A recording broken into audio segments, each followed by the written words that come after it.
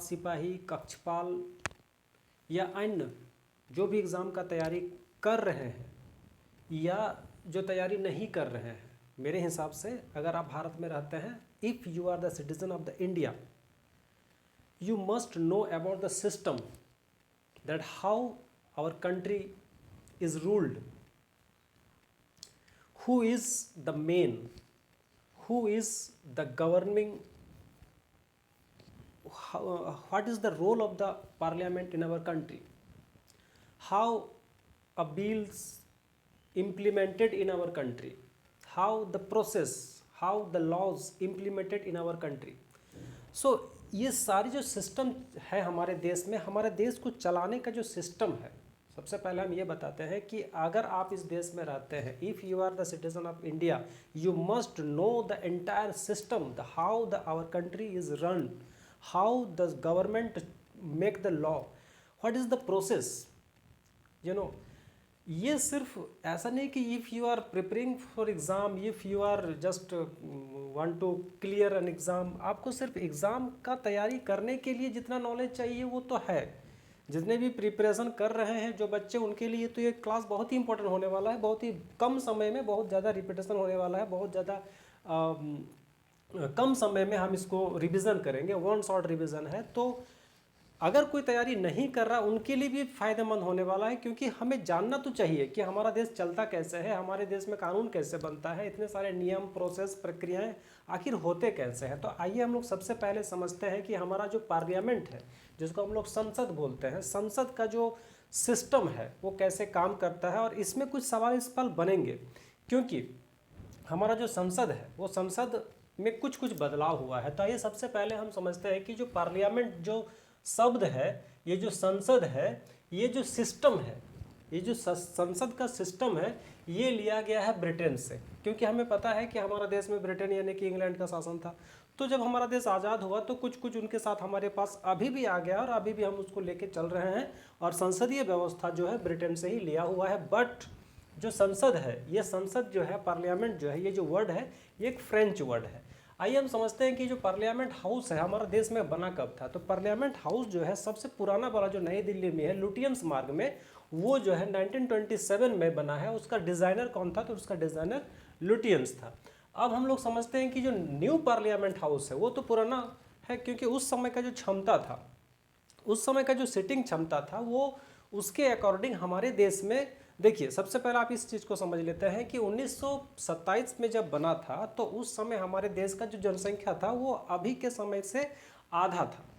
तो आपको पता है कि जिस तरह से जनसंख्या में वृद्धि होता है उसी हिसाब से हमारे देश में लोकसभा और राज्यसभा का जो प्रतिनिधित्व होता है, जो लोकसभा या राज्यसभा के जो सदस्य होते हैं उनका भी संख्या बढ़ता है। क्योंकि हमें पता है कि लोकसभा में 10 लाख लोगों में एक लोकसभा सदस्य होता है, जिसको हम लोग MP या फिर मेंबर ऑफ पार्लियामेंट बोलते हैं। तो अब हमारे देश में अगर 50 लाख का, मान लीजिए किसी देश में अगर 50 लाख का जनसंख्या है तो 50 लाख के रेशियो से आपका लोकसभा का सदस्य होगा। लेकिन अभी के समय में अगर हम देखें 2026 का जो जनगणना होने वाला है, जनगणना होने के बाद हमारे देश में लोकसभा के सीट और राज्यसभा के सीट भी बढ़ने वाले हैं, चाहे वो विधानसभा हो चाहे वो लोकसभा हो। विधानसभा का चर्चा हम लोग आगे का क्लास करेंगे, अभी हम लोग लोकसभा के बारे में समझ लेते हैं। सबसे पहले अगर हम देखेंगे तो न्यू पार्लियामेंट हाउस है वो नरेंद्र मोदी के द्वारा वीर सावरकर के 140वीं जयंती के अवसर पर 28 मई 2023 को उद्घाटन किया गया। न्यू जो पार्लियामेंट है उसमें टोटल नंबर ऑफ सीट्स कितने होने वाले हैं? टोटल नंबर ऑफ सीट्स होने वाले हैं 1272। This is very important question, आने वाला है PT में, आप इसको समझ के रखिए। आ सकता है, आई एम नॉट श्योर क्योंकि मैं क्वेश्चन बनाने नहीं जा रहा, बट आई कैन गेस। इसमें लोकसभा के लिए 888 सीट 888 और राज्यसभा के लिए 384 मेंबर्स का बैठने का सीटिंग कैपेसिटी है। टोटल अगर देखा जाए तो 1272। अभी का संख्या कितना है आगे हम लोग चर्चा करने वाले हैं। इसमें जो टाटा लिमिटेड कंपनी है उसके द्वारा इसका निर्माण करवाया गया है और इसमें लगभग 971 करोड़ रुपया खर्चा हुआ है। और इसका जो डिज़ाइनर है वो कौन है? HCP कंपनी है और इसका जो वास्तुकार है वो बिमल पटेल जी है। यहाँ तक आपको समझ में आ गया। अब आगे हम लोग समझते हैं कि हमारा जो पार्लियामेंट का जो हाउस है वो हाउस मेनली दो है, एक है लोकसभा, एक है राज्यसभा। लोकसभा को हम लोग बोलते हैं लोअर हाउस और राज्यसभा को बोलते हैं हम लोग अपर हाउस, निम्न सदन, उच्च सदन। लेकिन अगर हम बात करें पार्ट्स ऑफ पार्लियामेंट, पार्लियामेंट के अंग कितने होते हैं, तो अंग में आपको जानना है कि अंग जो है वो 3 है, लोकसभा, राज्यसभा और प्रेसिडेंट ऑफ इंडिया। ये 3 अंग मिलकर पूरा पार्लियामेंट सिस्टम बनता है। एक एक करके हम लोग समझते हैं। सबसे पहले हम लोग समझते हैं लोकसभा। लोकसभा क्या है, नाम से ही समझ में आ रहा है, लोक, लोक मतलब क्या होता है, जनता। जनता के द्वारा चुने गए प्रतिनिधि जिस सदन में या जिस सभा में बैठते हैं वो हो गया लोकसभा। इसीलिए इसको हम लोग क्या कहते हैं, लोकसभा कहते हैं। उसी को यूएस में इसको क्या बोलते हैं, लोअर हाउस बोलते हैं। और यूके, यूनाइटेड किंगडम में इसको क्या बोलते हैं, हाउस ऑफ कॉमन बोलते हैं। ठीक है, यहाँ अगर देखा जाए तो इसमें मैक्सिमम सीट्स अभी वर्तमान में इसमें कितने लोग अभी बैठ सकते हैं, या फिर सीटिंग कैपेसिटी अगर देखें तो टोटल नंबर ऑफ सीट 550 है। लेकिन करंटली अभी जो हमारे चुने गए प्रतिनिधि हैं वो 543 हैं, जिसमें से 530 जो होते हैं वो स्टेट्स से प्रतिनिधित्व करते हैं और जो 20 होते हैं वो केंद्र शासित से प्रतिनिधित्व करते हैं। Representative of UT there are 20 seats and जो स्टेट्स लेवल होते हैं उसमें 530 रिप्रेजेंटेटिव्स आर देयर। इसका जो टेन्योर होता है, ये जो समय अवधि होता है वो 5 इयर्स का होता है। लेकिन इसमें लेकिन इसलिए क्योंकि जो सरकार में रहता है, जो बहुमत का सरकार होता है, अगर उनका बहुमत बाय मिस्टेक छीन लिया जाता है या उनके ही द्वारा उनके ही पार्टी के कुछ लोग अगर उनको छोड़ देते हैं तो बहुमत अगर गिर जाता है तो सरकार गिर जाएगा, सरकार अगर गिर जाता है तो लोकसभा भंग हो जाएगा। लेकिन ऐसा बहुत ही इमरजेंसी सिचुएशन में होता है। जनरली इसका टेन्योर जो होता है 5 इयर्स होता है। और इसका जो स्पीकर होता है वो स्पीकर अभी तत्काल जो है ओम बिरला जी है। ठीक है, ये एक टेम्पोररी हाउस है। टेम्पोररी हाउस इसलिए बोला जाता है क्योंकि हर 5 साल में भंग होता रहता है। ठीक है, 5 साल में भंग होने के पीछे रीजन क्या हो कि 5 साल के बाद फिर से इलेक्शन होता है। लोकसभा का इलेक्शन पूरे देश भर में होता है, अलग अलग पार्टी के कैंडिडेट अपने अपने क्षेत्र में चुनाव लड़ते हैं। चुनाव लड़ने के बाद फिर वो जाते हैं लोकसभा में, और लोकसभा में जिसका संख्या ज़्यादा होता है, जो बहुमत आता है, टोटल नंबर ऑफ सीट्स 50+1 अगर होता है, 50% seats you have to bring, है ना, तो आप सरकार बनाते हैं और वो सरकार 5 साल के लिए चलता है। और फिर 5 साल के बाद ऑटोमेटिकली वो सरकार 5 साल के बाद फिर से री इलेक्शन होता है। ठीक है, रिप्रेजेंटेड। अब देखिए इस चीज़ को समझ लेते हैं कि जो सांसद में बैठते हैं, जो प्रतिनिधि होते हैं, वो पूरे देश से होते हैं। पूरे देश में जितने भी स्टेट्स हैं, सभी स्टेट्स में अलग अलग सीट्स का क्राइटेरिया होता है, depends on the population of the states. जैसे हमारे झारखंड में अगर बात करें तो झारखंड में लगभग 14 लोकसभा सीट्स हैं और विधानसभा सीट 81 है। तो हर 10 लाख लोगों में एक प्रतिनिधित्व करते हैं हमारे, मतलब behalf of the 10 lakh people, 10 lakh लोगों के बिहाफ में एक आदमी जो है वो दिल्ली में लोकसभा में बैठकर हम 10 लाख लोगों का बात वो संसद में रखते हैं। ठीक है, leader of the Lok Sabha, Lok Sabha का जो मेन लीडर होता है कौन होता है, जिसका सरकार होगा, और सरकार का जो प्रधानमंत्री होते हैं वही लोकसभा के लीडर होते हैं। अब लीडर ऑफ अपोजिशन कौन होता है, लीडर ऑफ अपोजिशन जो होते हैं, जो विपक्षी दल के नेता होते हैं। विपक्षी दल का नेता का एक क्राइटेरिया है।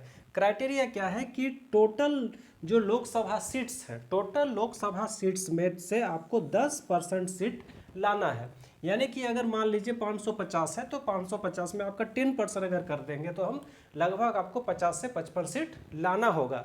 और यही कारण है कि पिछले 2 टेन्योर जो 5-5 साल का जो प्रधानमंत्री मोदी जी का जो सरकार था, इसमें कोई विपक्ष नहीं था। क्यों? क्योंकि 55 सीट कोई ला ही नहीं पा रहा था एक पार्टी मिलकर। यही कारण है कि इस बार जो है 2024 का जो इलेक्शन हुआ, उस 2024 का इलेक्शन में INC, इंडियन नेशनल कांग्रेस का जो भूमिका था वो थोड़ा सा पॉजिटिवली इंक्रीज हुआ है और इस बार 99 सीट्स वो ला पाए हैं। इसलिए इस बार जो है opposition of leader Rahul Gandhi ji को चुना गया है। ठीक है, अब अगर हम देखें कि संवैधानिक इसका क्या प्रावधान है, तो संवैधानिक प्रावधान में ये जो है आर्टिकल 81 में लोकसभा का प्रावधान है। इसको याद रखना है कि संविधान के किस अनुच्छेद में लोकसभा का वर्णन है, तो आपको याद रखना होगा कि लोकसभा का जो वर्णन है वो आर्टिकल 81 में है। अगर हम बात करें आर्टिकल 93, तो आर्टिकल 93 में लोकसभा का स्पीकर होगा। लोकसभा का जो संसद भवन का जो अध्यक्षता करेंगे, अध्यक्षता करने वाले कौन होते हैं, उसको बोलते हैं स्पीकर, और वो आर्टिकल 93 में मेंशन्ड है। आर्टिकल 110 क्या बोलते हैं, आर्टिकल 110 बोलता है कि हमारा जो बिल्स है, देखिए आपको समझा देता है कि जो भी कानून बनता है, कोई भी कानून बनने से पहले सबसे पहले वो आता है लोकसभा में।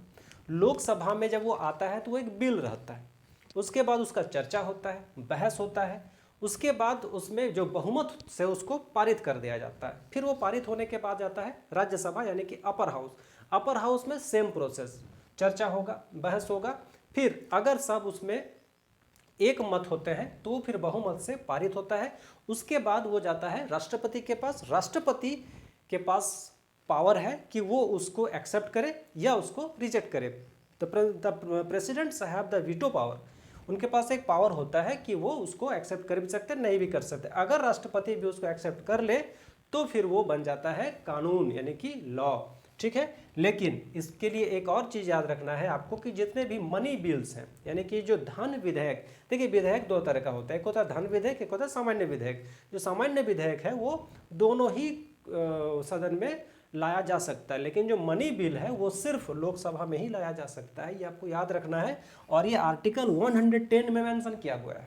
आगे हम लोग समझते हैं कि जो आर्टिकल 104 है, 104 इसमें क्या बोला गया है कि ये जो संशोधन है 104 संशोधन, ये आर्टिकल नहीं है, 104 संशोधन है जो कॉन्स्टिट्यूशनल अमेंडमेंट है। कॉन्स्टिट्यूशनल अमेंडमेंट में 2019 में ये 104 अमेंडमेंट किया गया। तो इसमें ended the nomination of the Anglo Indian representatives. 104 संशोधन याद रखिएगा, 104 संशोधन 2019 में प्रधानमंत्री मोदी जी के नेतृत्व में एक नियम लाया गया। और ये नियम लाया गया कि अब हमारे देश में जो एंग्लो इंडियन का जो प्रतिनिधित्व है उसको एबोलाइज कर दिया गया। क्यों? क्योंकि हमारे देश में अब एंग्लो इंडियन का जो सिस्टम है, लगभग 70-75 साल हम लोग का देश आज़ाद हुआ, तो अब नहीं लग रहा है कि अब यहाँ पर कोई एंग्लो इंडियन है। एंग्लो इंडियन का मतलब क्या होता है? एंग्लो इंडियन का मतलब होता है कि जिसकी माँ भारतीय और फादर फॉरेनर, तो उनसे जो बच्चे हैं वो एंग्लो इंडियन कहलाते हैं। तो अब 70-75 साल में हमारे देश में सभी लोग अब भारतीय हो गए, अब एंग्लो इंडियन कोई रहा नहीं, इसलिए ये सरकार के द्वारा लाया गया है। अब जितना भी अब एंग्लो इंडियन में भी कौन प्रतिनिधित्व करेंगे? जो 2-4 सीट जो मिलता है अब वो भारत के लोग उसको प्रतिनिधित्व करेंगे, ये तो अच्छा है ही ना, भारत के लोगों को मौका मिलेगा उसमें। देखिए मैक्सिमम सीट्स अगर हम बात करें लोकसभा, तो लोकसभा में हम आपको पहले ये बताएं कि जो जनसंख्या के आधार पर इसका सीट्स डिस्ट्रीब्यूशन होता है। तो हमें पता है कि यूपी में सबसे ज़्यादा क्या है? जनसंख्या है, तो इसीलिए यूपी में जो है सबसे ज़्यादा लोकसभा सीट्स का प्रतिनिधित्व होता है। लगभग 543 में 80 जो है वो यूपी से आता है। बट अगर हम बात करें मिनिमम, सबसे कम अगर बात करें तो मिजोरम और मेघालय, त्रिपुरा, ये जो स्टेट्स है, इस स्टेट्स में लोकसभा का सदस्य प्रतिनिधित्व कम होता है। ठीक है, यहाँ तक आपको समझ में आ गया। अब हम लोग चलते हैं राज्यसभा में। राज्यसभा क्या है? इसको हम लोग अपर हाउस बोलते हैं। और ये यूएस में राज्यसभा को सीनेट बोलते हैं। और यूके यूनाइटेड किंगडम में इसको हाउस ऑफ लॉर्ड बोलते हैं। What is the mean of Lord? Lord का मतलब भगवान। मतलब क्या राज्यसभा में भगवान लोग बैठते हैं? जी नहीं, भगवान लोग नहीं बैठते हैं। ये एक सम्मान है, उच्च हाउस है, इसलिए इसको कहा जाता है कि हाउस ऑफ लॉर्ड। अगर हम बात करें तो इसमें जो मैक्सिमम सीट्स प्रेजेंट में अभी 250 जो है सीट मैक्सिमम है, लेकिन करंटली अभी इसमें 245 लोग ही प्रतिनिधित्व करते हैं। इसका जो टेन्योर होता है ये परमानेंट होता है। ये जो हाउस है ये कभी भी भंग नहीं होता है। भंग मतलब क्यों? 5 साल के बाद फिर से इलेक्शन नहीं होता है। इसका एक सिस्टम अलग बना हुआ है कि हर 2 साल में 1/3 of the member retire every 2 years, हर 2 साल में 1/3, ठीक है, 1/3 ऑटोमेटिकली हर 6 साल में वो रिटायर हो जाएंगे। रिप्रेजेंटेटिव, और ये जो इसके जो सदस्य होते हैं ये लोगों के द्वारा चुने नहीं जाते हैं, ये स्टेट के द्वारा चुनकर भेजे जाते हैं, इसलिए इसको क्या कहा जाता है, रिप्रेजेंटेटिव ऑफ द स्टेट्स। अगर हम बात करें झारखंड में, तो झारखंड में लोकसभा के मेंबर्स अभी प्रेजेंट में महुआ माझी हैं और बीजेपी से किन्हीं को चुना गया है। अगर हम बात करें इसमें, तो स्टेट्स का जो रिप्रेजेंटेटिव वो 238 लोग करते हैं, और 20 मेंबर ऐसे होते हैं जो राष्ट्रपति के द्वारा अपॉइंट किया जाता है, मनोनीत किए जाते हैं, जो किसी न किसी ऐसे कला क्षेत्र, विज्ञान के क्षेत्र, खेल के क्षेत्र से जुड़े होते हैं।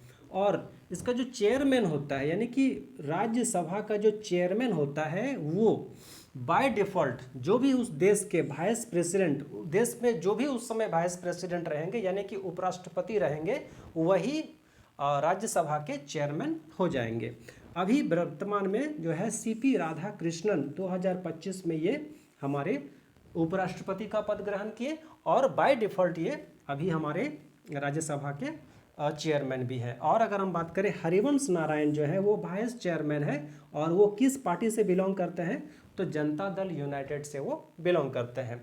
अगर हम बात करें राज्यसभा का जो लीडर होता है, राज्यसभा का लीडर कौन होता है, राज्यसभा का लीडर होता है कि जिस पार्टी का देश में सरकार चल रहा है, उस पार्टी का जो राष्ट्रीय अध्यक्ष होगा, बाय डिफ़ॉल्ट वही लीडर ऑफ आरएस, यानी कि राज्यसभा का लीडर हो जाएंगे। और अभी हमारे देश में बीजेपी का गवर्नमेंट चल रहा है, और बीजेपी का जो राष्ट्रीय अध्यक्ष वो कौन है, नितिन नवीन है, इसलिए जो है राज्यसभा का जो लीडर है वो कौन है, नितिन नवीन है। और विपक्ष का, हमारे देश में जो विपक्ष होगा, ठीक है, जो विपक्ष होगा, विपक्ष कौन है, अभी विपक्ष में आईएनसी है, तो आईएनसी का जो अध्यक्ष होगा वो कहीं ना कहीं इसमें लीडर ऑफ अपोजिशन कहलाएगा। तो हमारे देश में अभी कौन है, विपक्ष में कांग्रेस है, और कांग्रेस का राष्ट्रीय अध्यक्ष कौन है, मल्लिकार्जुन खड़गे जी है, ठीक है। ये जो है, ये जो राज्यसभा होगा, ये संविधान के किस अनुच्छेद में इसका वर्णन है, तो याद रखिएगा अनुच्छेद आर्टिकल 80 में राज्यसभा का वर्णन है। अच्छा, ये चीज़ एलिजिबिलिटी, एलिजिबिलिटी मतलब क्या, योग्यता, राज्यसभा का योग्यता, राज्यसभा का सदस्य बनने का क्या क्या योग्यता होना चाहिए। सबसे पहले तो आपको मेंबर ऑफ एलएस या आरएस, यानी कि या तो लोकसभा या राज्यसभा का जो मेंबरशिप होता है उसका जो प्रावधान है वो होना चाहिए, ठीक है। आर्टिकल 63 में ये बताया गया है कि राज्यसभा में एक सभापति होंगे, और आर्टिकल 64 में बताया जा रहा है कि राज्यसभा का जो चेयरमैन होंगे उनका क्या एलिजिबिलिटी होना चाहिए। आर्टिकल 67 बताता है कि वो जो राज्यसभा का चेयरमैन का जो पदावधि होता है वो टेन्योर वो 5 ईयर्स का होगा। आर्टिकल 68 हमें बताता है कि जो प्रेसिडेंट, वाइस प्रेसिडेंट जो राज्यसभा में चेयरमैन होते हैं, वो वाइस प्रेसिडेंट का जो ओथ यानी कि जो शपथ ग्रहण है वो 68 आर्टिकल 68 में मेंशन है। तो लोकसभा और राज्यसभा हमको समझ में आ गया। अब हम लोग तीसरा अंग, ये हम लोग 2 सदन पढ़ लिए, अब हम लोग तीसरा अंग पढ़ने वाले हैं, और वो तीसरा अंग क्या है, तो हमारे देश का जो प्रेसिडेंट होते हैं, वो प्रेसिडेंट जो होते हैं वो लोकसभा राज्यसभा से ऊपर यानी कि हेड होते हैं, ये हम जान सकते हैं। ये जो प्रेसिडेंट है वो हमारा आर्टिकल 52 में बताया गया है कि हमारे देश में एक राष्ट्रपति होगा, और ये आर्टिकल 52 बताता है। Election of the president, president का जो इलेक्शन हो चाहे सिलेक्शन हो, पहले तो सिलेक्ट होता है फिर उसका इलेक्शन होता है। सिलेक्शन कौन करते हैं, बहुमत के आधार पे लोकसभा और राज्यसभा में जो जिस पार्टी का सरकार रहता है, सरकार के साथ साथ अपोजिशन का भी इसमें अच्छा रोल रहता है, उनको भी कहीं ना कहीं चुनाव में भाग लेना होता है, और वो जब सेलेक्ट करते हैं फिर उसका इलेक्ट होता है। इलेक्ट होने के बाद वो राष्ट्रपति का पद जो है एकल संक्रमणीय मत के द्वारा उनका चुनाव होता है, और ये आर्टिकल 54 में बताया जाता है। आर्टिकल 53 हमें बताता है कि जो हेड ऑफ द गवर्नमेंट, हमारा जो सरकार है, भारत सरकार जो है, भारत सरकार का जो हेड है वो कौन होता है, राष्ट्रपति होता है, और ये आर्टिकल 53 बताता है। लेकिन कार्यकारी अध्यक्ष अगर देखेंगे, कार्यकारी हेड कौन है, तो प्रधानमंत्री है। लेकिन अगर संवैधानिक पद अगर देखें, संवैधानिक सर्वोच्च कौन है, तो राष्ट्रपति है। आर्टिकल 85 बता रहा है कि जो प्रेसिडेंट है, प्रेसिडेंट का रोल क्या है। सबसे पहले हम इसको समझ लेते हैं कि हमारा जो लोकसभा और राज्यसभा का जो तीसरा अंग है वो राष्ट्रपति है। तो लोकसभा का तो हमको समझ में आ रहा है कि क्या काम है, राज्यसभा का काम क्या है ये समझ में आ गया कि ये जो मेंबर हैं वो लोगों का प्रतिनिधित्व करते हैं और लोगों के हित में जो होता है उनका वो निराकरण करते हैं, उपाय निकालते हैं, बिल बनाते हैं, लॉ बनाते हैं, सारे प्रक्रिया। लेकिन प्रेसिडेंट का क्या काम है, तो प्रेसिडेंट जो होते हैं वो जो है ना समनिंग का मतलब क्या होता है कि लोकसभा और राज्यसभा में जो सत्र चलता है, जो मीटिंग चलता है, उस मीटिंग को बुलाने का अधिकार किसको है, राष्ट्रपति को है। और ये हमें आर्टिकल 85 में बताया गया है।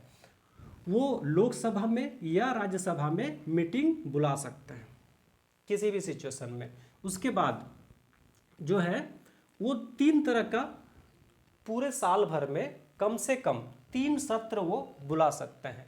और वो सत्र क्या क्या होता है, एक होता है मानसून सत्र, एक होता है शीतकालीन सत्र और एक होता है बजट। ये 3 सत्र होता है, बजट सत्र, मानसून सत्र और शीतकालीन सत्र।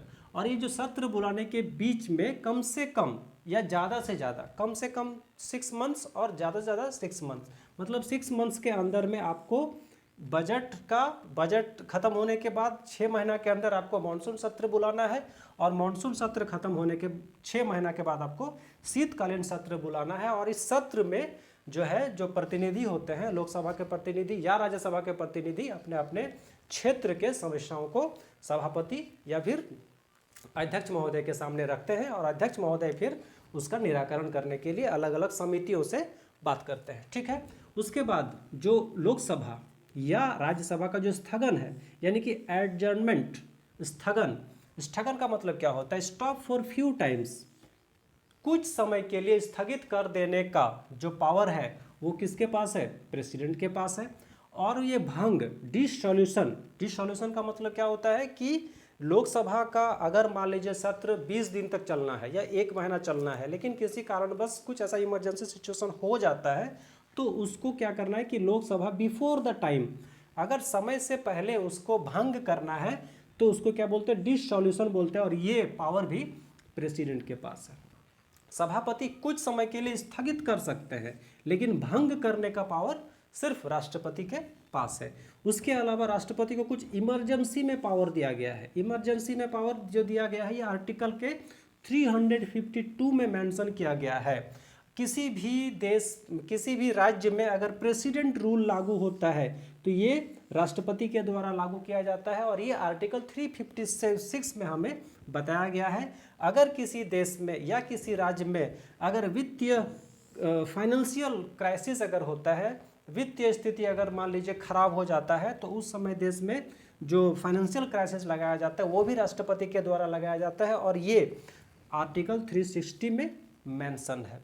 अगर हम बात करें कि अगर किन्हीं को मृत्यु दंड या अन्य कोई दंड दिया गया है सुप्रीम कोर्ट के द्वारा, तो सुप्रीम कोर्ट में दिया गया कोई भी सजा को अन्य कोई भी कोर्ट ना कम कर सकता है और ना ज़्यादा कर सकता है। लेकिन हमारे संविधान में एक ऐसा प्रोसेस है कि अगर किन्हीं को इस तरह का सजा मिल गया तो उसका क्षमादान करना या उस सजा को लघुकरण, कम करने का पावर भी किसको मिला है, प्रेसिडेंट को मिला है। और ये आर्टिकल 72 में वर्णित है, मेंशन है। आपको याद रखना है, आर्टिकल सब याद रखना है। अगर आप पीटी प्रीलिम्स एग्जाम की तैयारी कर रहे हैं, कोई भी प्रीलिम्स, चाहे वो जेपीएससी हो, यूपीएससी हो, अन्य कोई भी एग्जाम है, तो आपको आर्टिकल याद रखना पड़ेगा। अब हमें ये जानना है कि प्रेसिडेंट कौन बन सकता है, who is eligible to hold the post of the president, कौन बन सकता है। इसके लिए सबसे पहले you have to be Indian, आपको भारतीय होना चाहिए, कोई दूसरा देश का आके यहाँ पर राष्ट्रपति नहीं बन सकता है। और कम से कम 35 ईयर्स ओल्ड होना चाहिए और वो क्वालिफाइड होना चाहिए किस चीज़ के लिए, लोकसभा का सदस्य बन सकने का जो एलिजिबिलिटी होता है वो पूरा करते हैं। और ये जो पदावधि है, पदावधि 5 साल के लिए होता है, जो टेन्योर है वो 5 साल का होता है। और ये जो चुनाव होता है ये लोकसभा, राज्यसभा और विधानसभा के जो प्रतिनिधि होते हैं, जो सदस्य होते हैं, उनके द्वारा एकल संक्रमणीय मत के द्वारा चुनाव होता है। और एक चीज़ याद रखना है कि nominated member of Delhi and Puducherry can vote for the जो पुडुचेरी और दिल्ली के जो नॉमिनेटेड जो मेंबर होते हैं वो राष्ट्रपति के चुनाव में भाग नहीं ले सकते हैं।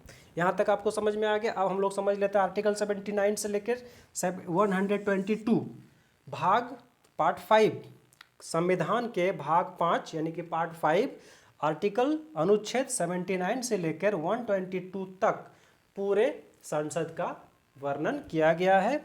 आर्टिकल 79 में president plus Lok Sabha plus Rajya Sabha, 79 हमें बताता है कि जो पार्लियामेंट